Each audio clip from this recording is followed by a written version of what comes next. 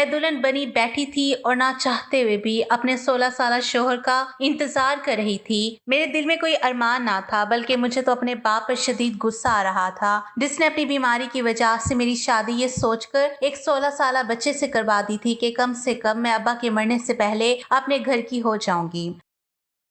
लेकिन पता नहीं क्यों मेरे बाप ने एक दफा भी मेरे जज्बात के बारे में ना सोचा था। एक 16 साल का बच्चा मुझ जैसी 23 साल नौजवान लड़की को कैसे खुशी दे सकता था। मैं जवान थी और खूबसूरत थी। बहुत से लड़के थे जो मुझसे शादी की ख्वाहिशमंद थे, लेकिन मेरे बाप ने ये 16 साल बच्चे को मेरे लिए चुनकर मेरी जिंदगी बर्बाद कर दी थी। ना ही अब्बा ने मेरे जज्बात की परवाह की थी और ना ही मेरी ख्वाहिशात का कोई ख्याल रखा था। यही सोच सोच कर मेरा सर फट रहा था कि मैं इस बेजोड़ रिश्ते के साथ सारी जिंदगी कैसे गुजारा करूंगी। मेरे पास तो वापसी का भी कोई रास्ता नहीं था। अब्बा मुझे रुखसत करके खुद तो मुतमईन हो गया था, लेकिन मुझे एक ऐसी जलती हुई आग में झोंक गया था जिसमें शायद मैं सारी जिंदगी ही जलने वाली थी। सारी रात आंसू की नजर हो रही थी और मैं बेबस और लाचार होकर बैठी हुई थी। मैं अपनी ही सोचों में गुम थी कि कमरे का दरवाजा खुला। मुझे लगा था कि मेरा शोहर आया होगा, लेकिन एक 18 साल की लड़की मेरे पास चली आई। मैं अपने ससुराल में किसी को भी नहीं जानती थी, इसलिए इस बात से भी अनजान थी कि ये लड़की कौन है। उसकी नजरें मेरे वजूद पर जमी हुई थी। वो मेरे सामने ही बैठ गई और मेरे हाथों को अपने हाथों में थाम कर कहने लगी, तुम कितनी खूबसूरत हो मरियम, तुम्हारे हाथ पांव कितने नरम व नाजुक हैं। तुम्हें तो कोई भी शहजादा मिल सकता था, लेकिन तुम्हारे बाप ने तुम्हें मेरे 16 साला भाई के साथ रुखसत करके तुम पर बड़ा जुल्म ढाया है। उस लड़की की बातें सुनकर मुझे अंदाजा हो गया था कि वो मेरी ननंद है। रवायाती नंदों वाला किरदार अदा नहीं कर रही थी, बल्कि उसकी हर अंदाज में मेरे लिए मोहब्बत थी।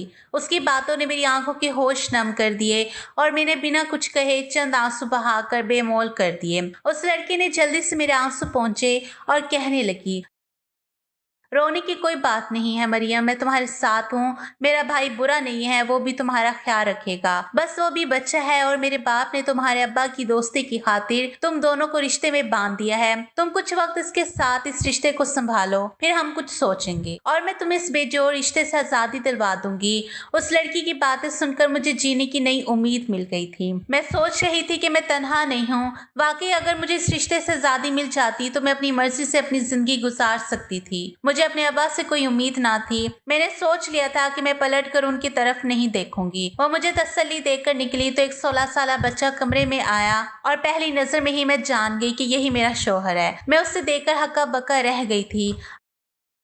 अगर मेरा भाई होता तो शायद वो बिल्कुल इस जैसा ही होता। वो मेरे करीब आकर बैठा और बेख्तियार ही मेरी चूड़ियों से खेलता हुआ कहने लगा कि मुझे सुर्ख रंग की चूड़ियां बहुत पसंद हैं। ये तो आपकी गोरी गोरी कलाइयों पर बहुत जच रही हैं। मैंने घबरा कर अपने हाथ खींच लिए। वो 16 साल का था, लेकिन मेरा शौहर था, और यही सोचकर मुझे कुछ घबराहट हो रही थी। मेरी इस हरकत पर उसने मुस्कुरा कर मेरी तरफ देखा और कहने लगा कि मरियम, आप तो ऐसे डर रही हैं जैसे मैं आग को खा जाऊंगा। आप मेरी बीवी हैं कि आपको मालूम नहीं कि एक 16 साल बच्चे के मुंह से अपने लिए बीवी का लफ्ज सुनकर मैं तो खामोश हो गई थी।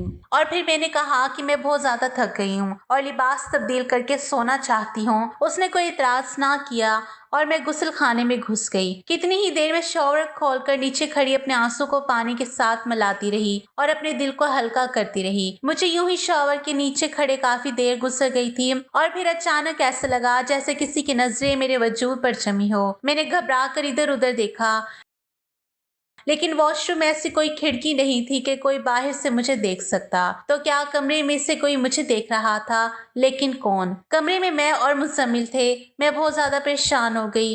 मैंने जल्दी से लिबास तब्दील किया और गुस्ल खाने से बाहर निकली तो मेरा शौहर बिस्तर पर गहरी नींद में सोया हुआ था। उसे सोता देखकर मुझे यकीन हो गया कि मुझे वहम हुआ था। अगर वो सो रहा था तो भला मुझे कौन देख सकता था? मैं खामोशी से बैठ के दूसरे किनारे पर लेट गई और आंखें बंद करके सोने की कोशिश करने लगी। सारे दिन की थकन और रोने धोने की वजह से मेरी आंखें इस कदर जल रही थी कि कुछ ही देर में नींद आ गई। लेकिन आधी रात को मुझे कुछ अजीब सा एहसास हुआ और मैं नींद में घबरा कर उठ बैठी। कमरे में इस कदर अंधेरा था कि मुझे कुछ भी समझ में नहीं आ रहा था। न जाने क्यों मुझे नींद में ऐसा महसूस हुआ था जैसे किसी ने मेरे वजूद पर हाथ फेरा हो।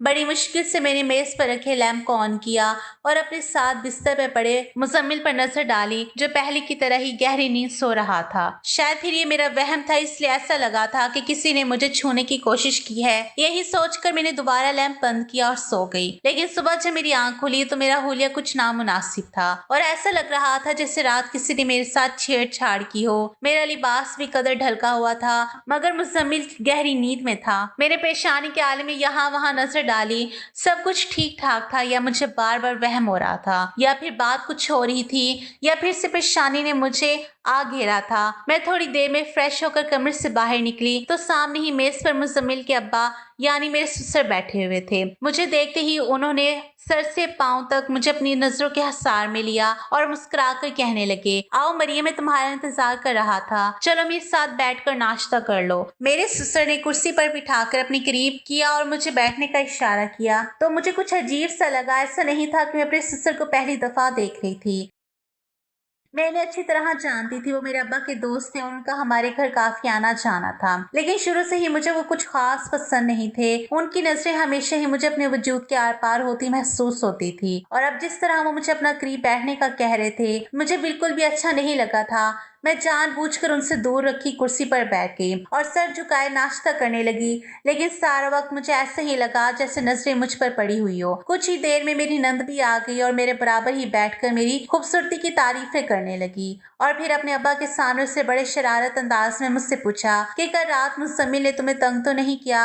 मुझे उससे इस सवाल की उम्मीद हरगिज भी ना थी। मैं एकदम ही शर्मिंदा हो गई और मेरी नजर जैसे ही मेरे ससुर पे पड़ी, उनके चेहरे पर भी मुस्कुराहट थी और मुझे लगा कि मैं दोबारा सर नहीं उठा सकूंगी। मेरी नंद ने फौरन बात बदली और कहने लगी, मेरे कहने का मकसद ये था कि मुज़म्मिल बहुत ज्यादा ही शरारती है और वो रात को इतनी आसानी से सोता भी नहीं। मैं उसे बहुत ज्यादा कहानियां सुनाती हूँ, तभी जाकर उससे नींद आती है, इसलिए पूछ रही थी कि कहीं कल उसने तुम्हें भी तो तंग नहीं किया। मैंने बड़ी मुश्किल से सर हिलाया और खामोशी से अपने नाश्ते पर तवज्जो देने लगी। मेरा बस चलता तो मैं इस मंजर से कहीं गायब हो जाती। मेरे ससुर नाश्ता करके वहां से चले गए तो मेरी जान में जान आई। लेकिन अचानक ही मेरी नंद कहने लगी कि अब्बा ने सिर्फ तुम्हारी हमदर्दी में मुज़म्मिल का रिश्ता तुमसे करवाया है, वरना कोई बाप अपने बच्चे की जिंदगी खराब नहीं करना चाहता, इसलिए तुम अब्बा का ख्याल रखा करो। अम्मा के इंतकाल के बाद से वो बिल्कुल तनहा रह गई हैं। मेरी नंद ने चाय का एक कप निकाल कर मेरे सामने रखा और कहने लगी कि अब्बा अपने कमरे में चाय पीते हैं, जाओ जाकर अब्बा के कमरे में चाय दे आओ,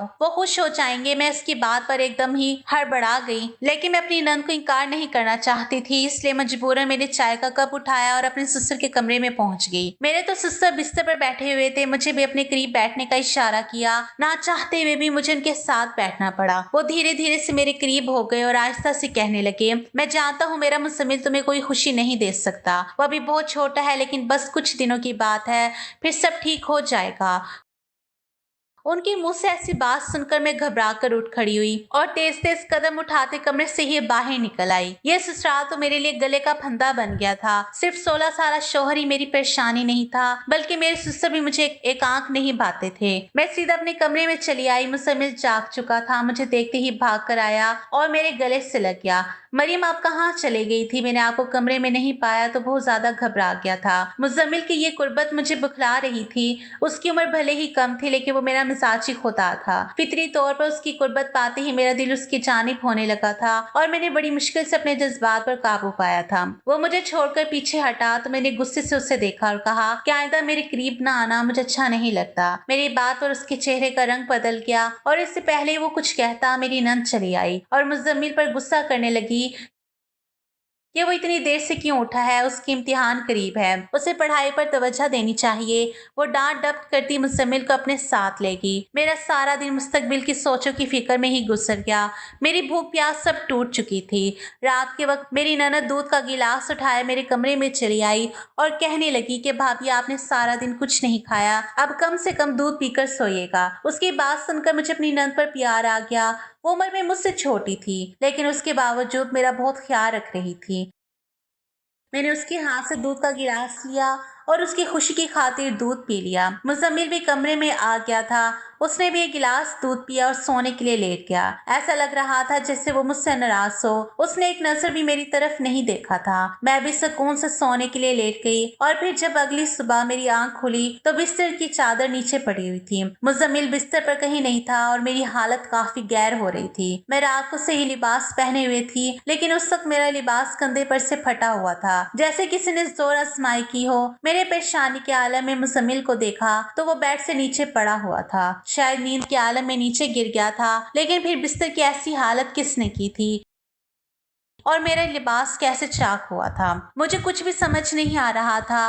मैंने जल्दी से उठकर अपना लिबास तब्दील किया और बिस्तर की हालत बेहतर करके मुजम्मिल को हिलाया तो वो गहरी नींद में से बामुश्किल आंख खोलकर मुझे देखने लगा। मैंने उसे बिस्तर पर वापस लिटाया और फिर खुद भी बिस्तर पर ही बैठ गई। मैं दोनों हाथों की उंगलियां आपस में उलझाए परेशानी के आलम में बैठी हुई थी। ये सब क्या हो रहा था? मुजम्मिल एक 16 साल बच्चा था और मुझे यकीन था कि वो मेरे साथ कोई ऐसी वैसी हरकत नहीं कर सकता, लेकिन अगर मुजम्मिल ने मेरे साथ कुछ गलत नहीं किया था तो फिर ये सब कैसे हो रहा था? काफी देर इसी तरह अपनी सोचों में उलझने के बाद मैं कमरे से बाहर निकली तो मुझे ऐसा महसूस हुआ जैसे कोई मेरे दरवाजे के साथ लगकर खड़ा था और मेरे दरवाजा खोलते ही छुप गया। मैंने एक साय को तेजी से दूर होते हुए देखा था और इस बात ने मेरे शक को यकीन में बदल दिया था। ये सोचकर मेरे कदमों तले से जमीन निकल गई थी।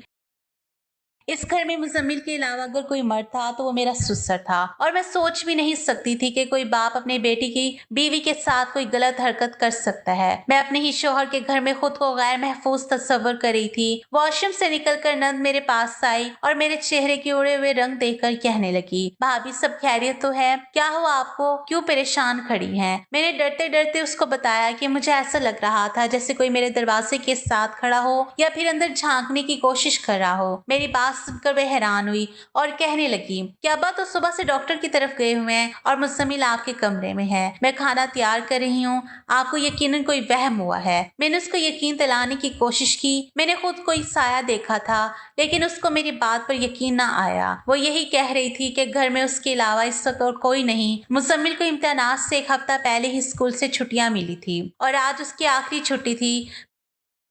मेरी नंद आयशा मुझे बताने लगी कि वो पढ़ाई में बहुत तंग करता है और अब मुझे उसे पढ़ाना चाहिए। मैंने आहिस्ता आहिस्ता अपनी जिम्मेदारी उठानी शुरू की और मुजम्मिल को भी खुद पढ़ाने लगी। मेरी ज्यादातर यही कोशिश होती है कि मैं अपने कमरे में रहूं और अपने ससुर के साथ बातचीत ना करूं। पता नहीं क्यों मुझे उनसे खौफ महसूस होता था। दिन तेजी से गुजरते चले जा रहे थे। मुजम्मिल के साथ मेरी काफी अच्छी दोस्ती हो गई थी। वो मेरे करीब भी आता तो मुझे घबराहट या बेचैनी ना होती। मैं मोहब्बत से उसके साथ पेश आती। वो एक माँ का बच्चा था और यही सोचकर मैं आहिस्ता आहिस्ता उसका ख्याल रखने लगी थी। शादी के बाद चंद दिन ही मुझे कुछ गैर मामूली से हरकत महसूस हुआ था, लेकिन अब ऐसा कुछ भी ना था और इसलिए मैं पुरसकून होकर अपनी नई जिंदगी गुजार रही थी। मेरी नंद से मेरी काफी ज्यादा दोस्ती हो गई थी। वो वाकई बहुत अच्छी और मोहब्बत करने वाली लड़की थी। उसने मेरा ख्याल रखने और दिलजोई करने में कोई कसर ना छोड़ी थी। दूसरी तरफ मुजम्मिल भी आम बच्चों जैसा नहीं था, बल्कि वो मुझे अपनी उम्र से बड़ा और जिम्मेदार मालूम होता था। मेरी शादी को ये तीसरा महीना था। मेरी तबीयत कुछ खराब रहने लगी थी। हर वक्त चक्कर से महसूस होते। किचन में जाती तो चीजों की खुशबू से जी घबराने लगता। खाना देखकर तबीयत खराब होने लगती। शुरू शुरू में मुझे लगा कि शायद ये सब कमजोरी और गर्मी की वजह से है, लेकिन फिर हर गुजरते दिन के साथ मेरी तबीयत नढाल होती चली गई और जब मेरी नथ ने मेरी तबीयत ज्यादा खराब देखी तो जबरदस्ती मेरा हाथ पकड़कर मुझे अपने साथ डॉक्टर के पास ले गई। डॉक्टर ने काफी सारे सवालात करने के बाद अल्ट्रासाउंड करने के लिए भेजा और जब रिपोर्ट सामने आई तो मेरे सर पर आसमान गिर पड़ा, क्योंकि मैं हामला हो चुकी थी और यही बात मेरे लिए नाकाबिल यकीन थी। मेरा शोहर एक 16 साल का बच्चा था जिसके साथ मेरा कोई ताल्लुक नहीं था, तो फिर मैं हामला कैसे हो सकती थी? मैंने घबरा कर डॉक्टर से कहा कि यकीनन आपको कोई गलत फहमी हुई है। मेरी बात सुनकर डॉक्टर मुस्कुराई और कहने लगी, आपकी नई नई शादी हुई है ना, इसलिए खबर सुनकर आप थोड़ी परेशान हो गई हैं। लेकिन परेशानी की कोई बात नहीं। हामला होना कोई बीमारी तो नहीं है। ये तो खुशी की बात है। आप तो खुदा का शुक्र अदा करें, शादी के तीसरे ही महीने अल्लाह ने आपकी झोली भर दी, वरना लोग तो सालों साल मनते मुरादे मांगते हैं और फिर भी औलाद जैसी नेमत से मरहूम रहते हैं। डॉक्टर ने कुछ दवाइयां लिखकर मेरे हाथ में पर्चा थमाया तो मैं हैरान व परेशान से अपनी नंद के साथ बाहर निकल आई। उसके चेहरे की हवाइयां भी उड़ी हुई थी और जबान को ताला लग गया था। मेरी आंखों में आंसू आ रहे थे। मैंने गुस्से से अपनी नंद से कहा कि ये सब क्या हो गया है, मेरे और मुजम्मिल के दरमियान तो ऐसा कुछ भी नहीं था, फिर मैं कैसे हामला हो सकती हूँ? मैं हरगिज भी बदकिरदार औरत नहीं हूँ। मेरी नंद ने गहरी नजर मेरे वजूद पर डाली और बिना कुछ कहे मुझे घर ले आई। सारा रास्ता वो खामोश रही थी और मुझे लग रहा था कि मैं उसकी नजरों में कसूरवार हूँ। मुझे डर था कि अगर वो भी मेरे किरदार पर यकीन नहीं करेगी तो मैं कहाँ जाऊंगी। अपने ससुर से तो मुझे जरा भी उम्मीद ना थी, कहीं ये बच्चा मेरे ससुर का तो नहीं। ये ख्याल आते ही मेरे पैरों तले से जमीन निकल गई थी। मैं और आयशा जैसे ही घर में दाखिल हो गए तो सामने ही मेरे ससुर बैठे थे। उन्हें मालूम था कि हम डॉक्टर के पास गए हैं। मुझे देखते ही उन्होंने फौरन मेरी तबीयत के बारे में पूछा तो मेरी आंखों से आंसू गिरने लगे और आयशा और मैं सर पकड़ कर बैठ गए और उसने अपने बाप को मेरे हामला होने की खबर सुना डाली और मुझे लगा कि मैं शर्म के मारे जमीन में धंस जाऊंगी। ये बच्चा उनका था, तब मैं किसी को मुंह दिखाने के काबिल नहीं रहूंगी। मुजम्मिल बच्चा जरूर था लेकिन इतना छोटा भी नहीं था कि उसे लफ्ज हामला का मतलब समझ न आता।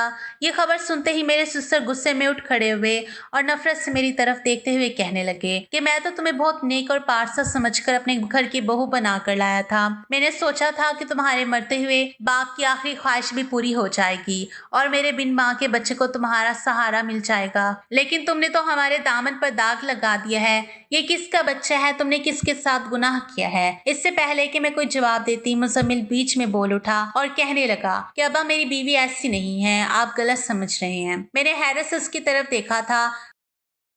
वो 16 साल बच्चा आज मेरी हमायत में अपने बाप के सामने खड़ा हो गया था, जबकि मैंने तो कभी उसे पूरे दिल से अपना शोहर भी नहीं माना था। मुजम्मिल के अब्बा गुस्से में कहने लगे, फिर तुम बताओ, ये बच्चा क्या तुम्हारा है? उनके सवाल पर वो खामोश हो गया। मेरे ससुर गुस्से में यहाँ से वहाँ टहलने लगे और फिर उन्होंने ये एक फैसला किया जिसे सुनकर मेरे सर पर आसमान गिर पड़ा। वो मुजम्मिल से कह रहे थे कि अभी और इसी वक्त इस बदजात लड़की को तलाक दो और इसको यहाँ से चलता करो। इसके साथ की नेकी आज हमारे गले का तोप बनने वाली है। तलाक का लफ्ज सुनते ही मेरी चीख निकल गई और फिर एक ऐसी बात हुई कि मेरी रूह कांप गई।